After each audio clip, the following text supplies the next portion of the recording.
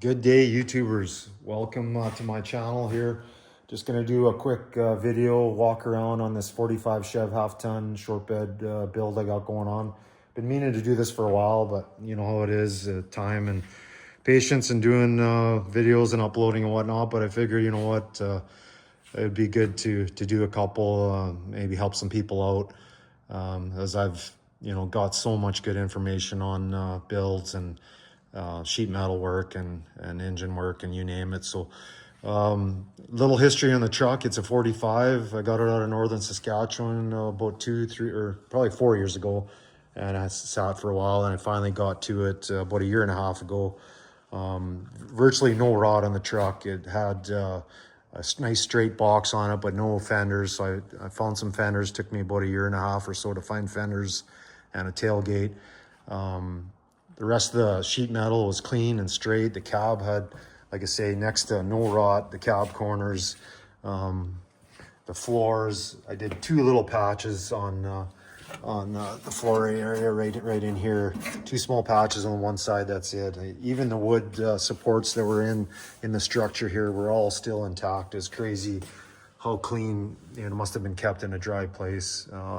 Really rare truck, as they didn't make many in 45 for civilians with the war going on.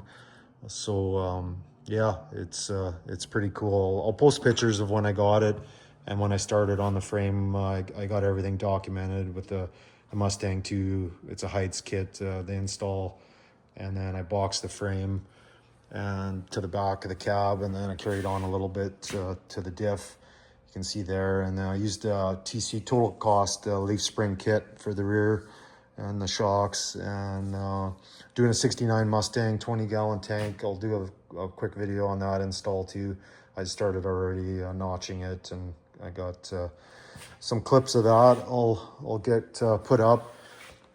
What else? We'll go around to this side. Started just mocking up my steering column and pedals now. I went with a T5 5-speed out of a Camaro rather than automatic. I just found a good deal on this, and I've used T5 in that other truck actually, and it's been holding up well. And I'm not running big power with this engine, so it should hold up. It does have stronger internals than the other ones, being a world-class T5. And just mocking up my steering and pedals. It's a Millworks pedal, clutch, and brake pedal kit.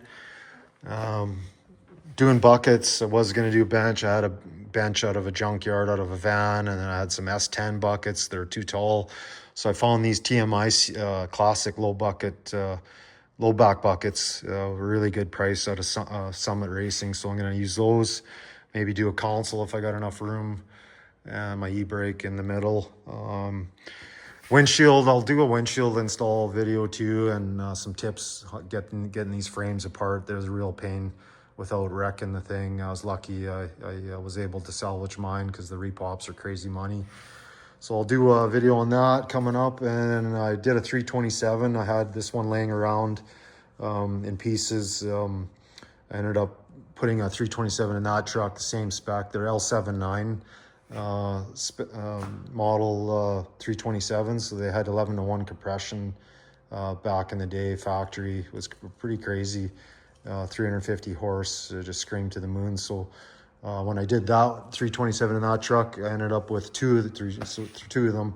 So I was figured, you know what, I'll just use this. I was gonna LS it. I've LS'd a few of my builds and turbo and whatnot, but I was like, you know what, keep this low budget and utilize a bunch of stuff that I have laying around. So built that up, machined it, got a machine, got the deck or the block decked, and decent cam in it, quick fuel 650. I just did the cam break-in a week or so ago.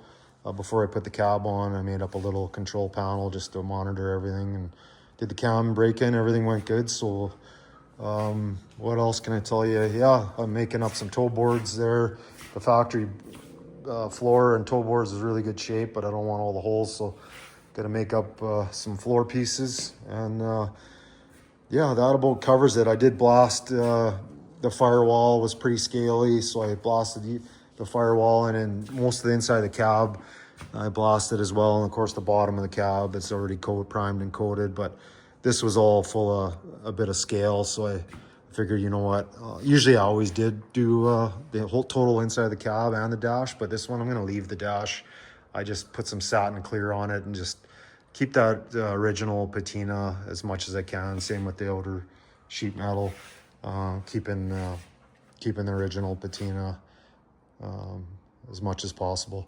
So that about covers it. Until the next one, cheers.